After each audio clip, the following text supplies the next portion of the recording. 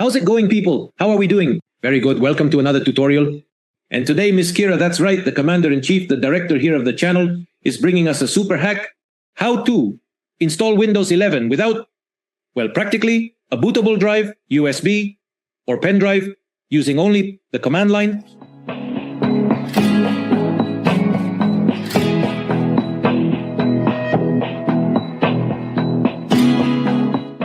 We did this tutorial with Windows 10. Open your browser and download the media creation tool for Windows 11.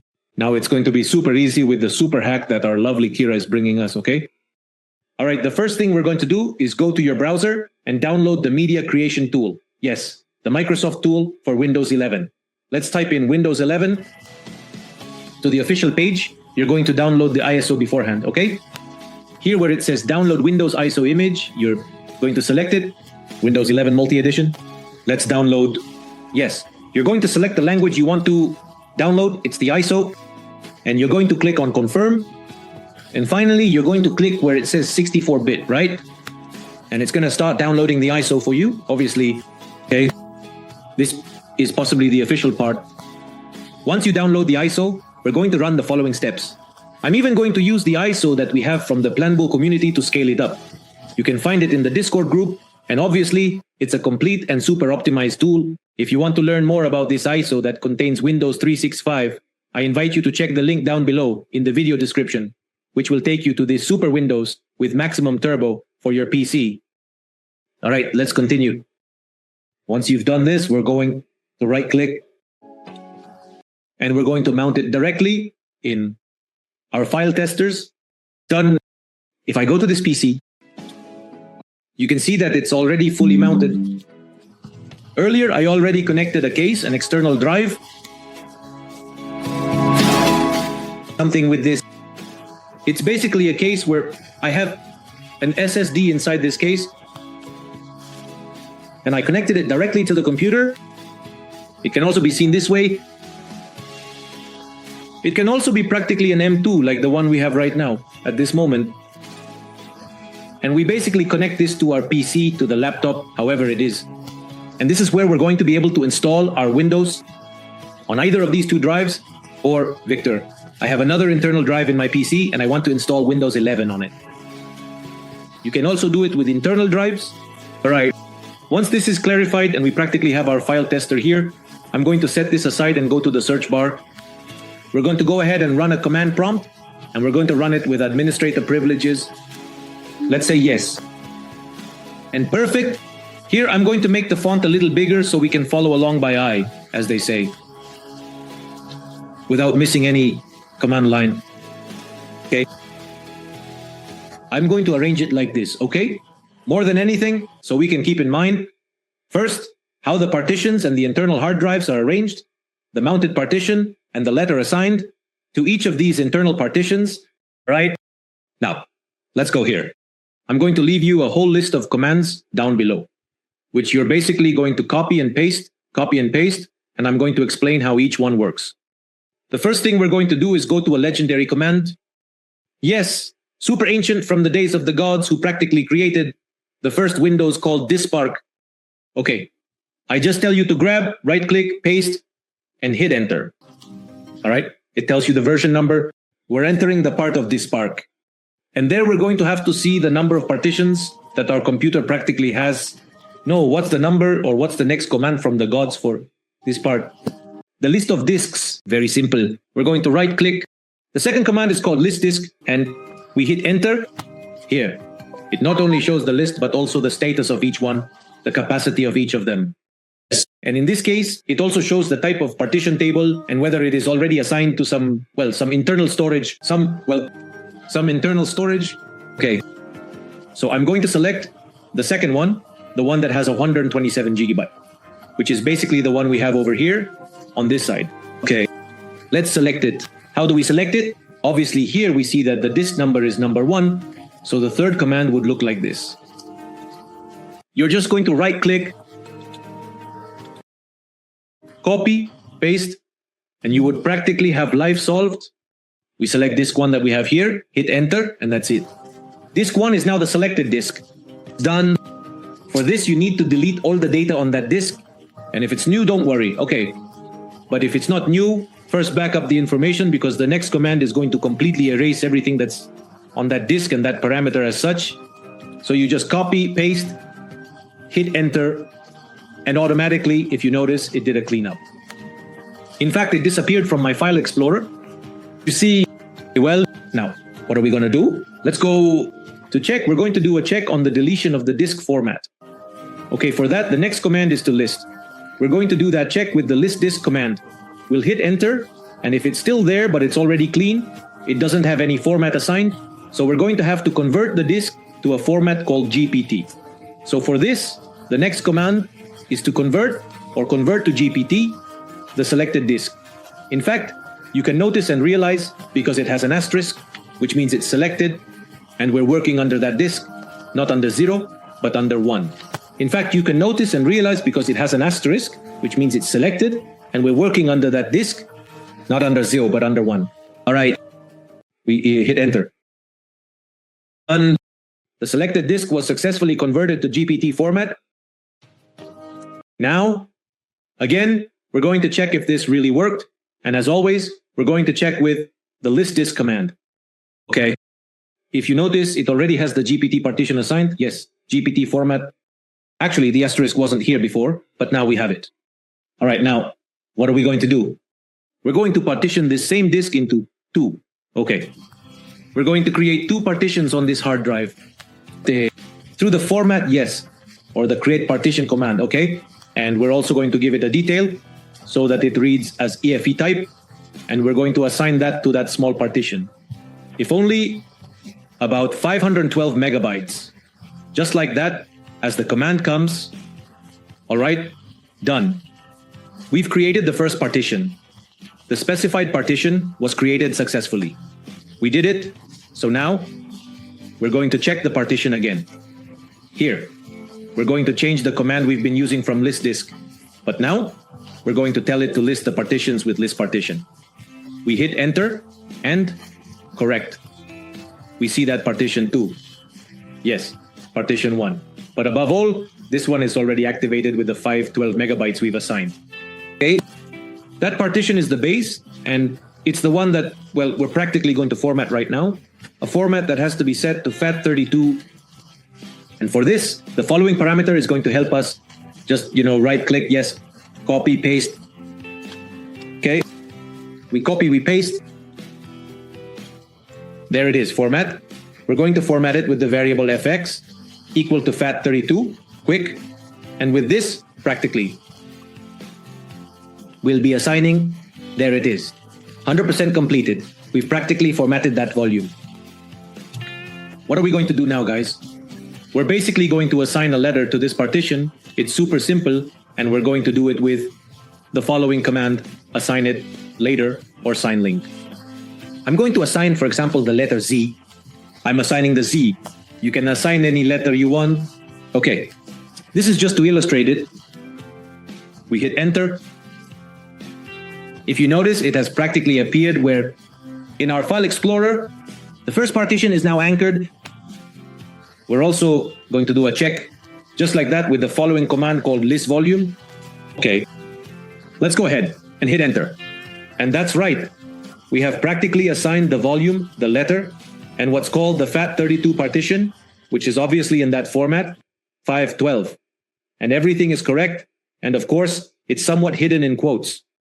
All right, so we've successfully completed the initial stage, everyone. We are truly done. And now we will proceed to execute the command once more, which might seem a bit repetitive. Now let's move on to the second stage. We're going to go ahead, a right click, simply just like that. You copy, paste it or write it down however you feel more comfortable. List disk, let's list the disks again. And again, make sure you're under the selection of disk 1, because you always have to do everything under that disk. Not from the main one, because otherwise we could get tangled up. Okay, now we're going to set up the second partition that we need. For this, we're going to run a certain command again with different variables so that we can obviously create this second partition, which is practically going to be the boot partition for the installation of our Windows. So I'm just telling you to copy and paste we're going to create a primary partition. We're going to hit enter there. Done. Created. We've got it.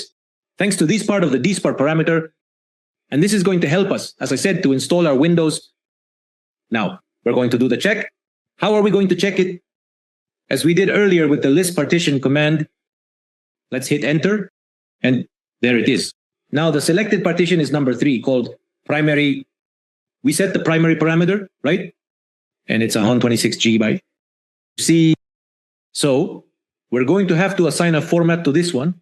Yes, with the same parameter we have with the different variables, but instead of using FAT32, now it's going to be NTFS. We hit enter. Done. It's already 100% completed. What next? We're also going to assign it a letter, okay? Use H, not Z. NTFS needed for Windows. We had seen a moment ago, but now it has to be different. It can't be the same Z. I'm going to put H instead. This is just an example.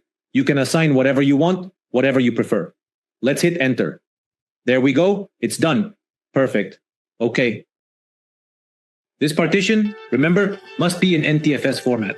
Otherwise, we won't be able to install or run our Windows. What command would come next, guys? That would be the question. I think you already know it, right? Super easy. Same.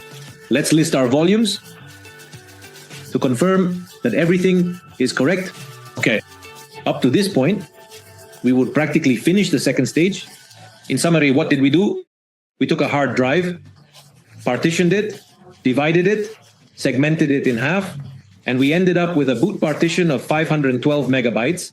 And the second partition is basically for installing our operating system, our Windows.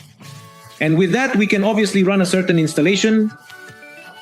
So let's go ahead and do this last step. We're going to exit from what's called dspark. I'm going to hit exit here, hit enter, exiting dspark, and there we have it. Okay, so there. Now, let's move on to the third stage. We're practically going to install our Windows. Here we have it mounted on drive E, and that's what we're going to do. So here I'm going to set it to E, colon. I hit enter, and I'm automatically in that drive. I'm no longer in the main one. I'm no longer in dspark. I'm in drive D that we have here in our file products. There we go. We're going to run the next command. We need to go directly to the installer just like that from the sources. We're practically going to extract what's called install.wim. So you just copy paste, and we're going to go to this specific directory, C from sources. I'm going to hit enter. We're there. And then you're going to enter the command next, just like we have it here. What's this do? This command, in a nutshell, the command dims get wininfo is going to help us read the install win file that's inside this directory. Where is this directory located? We told you that we're going to be inside CD sources. If I go here, right now to my drive, I click on open and I go to source. Inside here is that file. I'm going to press I until I find it. Here is the Insta web point. So with this parameter and this variable, I'm indicating that it should read that file. Okay. So you can see how it's composed and how all of this works. All right, guys, let's make this very clear. You can hit enter here, and there we go. We have all the versions of all the windows that we have in that Insta web point. And each one has an index or a group of indexing. The 3 corresponds to an enterprise, the 2 corresponds to a pro, and so on.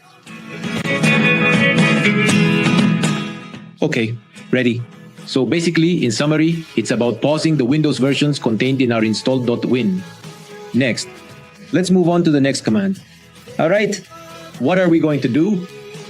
We're going to create the bootable operating system files, and we're going to achieve that, thanks to the DIMS tool as well. Applying the image that's inside the install.win. And I'm going to use basically the version with index 6, which corresponds to forward station. Or if I want to use another version, for example, the one that comes to mind, the pro would be the 2. So I would basically change the parameter from index 6 to the 2 of them. We would practically install it here. It would be version 2 of this T1. Here it. Okay, you saw it. Here, you really need to pay close attention that Windows is going to install from the ISO, all right? Now, the Win. It's relative. If your mounted Windows ISO CD doesn't have install.win, it could be due to the keys or ESD nomenclature. So instead of Win, it's going to be ESD. In my case, it's .win. That's how we're going to leave it. In your case, double check how it is inside your drive or your ISO. All right, let's hit enter. This topic, it says it can't find the specific path. The IM says log file is located in C, lows. Okay, I messed up there. Ask me. Look, guys, how it's super important, like really important, that we actually learn how it works. Every variable, every parameter, every command. Here, just for the simple fact, actually, the command is correct. I'm going to type using the arrow keys on my keyboard. And just for not putting the colon here, it didn't execute for me. Let's hit enter. And there it is. And we just wait. Even when you're right next to me, I feel like you. All 3001. This, guys, you already saw how a dot, a colon, it can be life and death within what is the command prompt of Windows, right? Right? But even the best hunter can lose the game. And that's happened to me here. Very good. What are we going to do, guys? Now, we're going to create the boot files for the operating system. And that's super simple. You just, copy and paste. The next command that I'm leaving you is practically a checklist down here in the video section. And you're going to hit enter. Guys, again, as I told you. There, I made a mistake in the command part. Obviously, this will be in the video description. Well, look at the parameter, guys. Look at what I got wrong. It's basically BCD. I put BDC. It's BCD. Okay, watch out for that. BCD. Exactly. Now we hit enter. And the files have been created correctly. It's that easy. Guys, honestly, there's no complexity to it, and we really have something decent now. All I need to do is give it a success. And here in my file explorer, if I right click, more options, update. Each one already has the system. Exactly. All right, you're going to say you want to give them the summary. After such rookie mistakes like preschool level 1. That's fine. These letters, yes. I want to clarify the Z and H part. I assigned them, but it's not mandatory for you to use that type of letter assignment. You can use whichever one you want. Okay? It shouldn't be occupied in your partition table. Okay? And basically, the hard drive is divided into 2 partitions. We made 2 from 1 disk. The boot partition and the system partition. We're in agreement there, right, guys? So, the DIMS command. What is it for? In the end, it's to install our Windows 11. Okay, that's what the DIMS tool is for. And the BCD boot command is used to create the system boot files, so that once I disconnect this disk, this external disk, in this case, if you have it there in the CPU and connect it to another machine, it will boot up completely. Let's do it. I'm going to disconnect this disk anchored in this machine. And we're going to put it in another computer. Okay? Good. So, in fact, even the disk is 127 GB. So, we're going to put it in another machine. I never really know what's going on. All right, guys, there it is.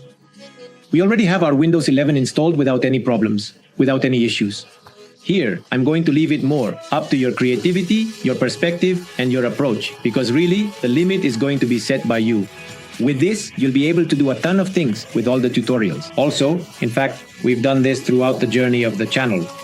Look for them. They're all there just fine. Little compilations. If you want us to show you more things with this kind of tools and fully exploit our Windows, please join our WhatsApp group and also our Discord so you can stay well informed. See you later. Subscribe if not already. Give it a like and share it with a friend, because maybe they don't know this yet, and tomorrow you could save their life. Until next time. Hello. Goodbye.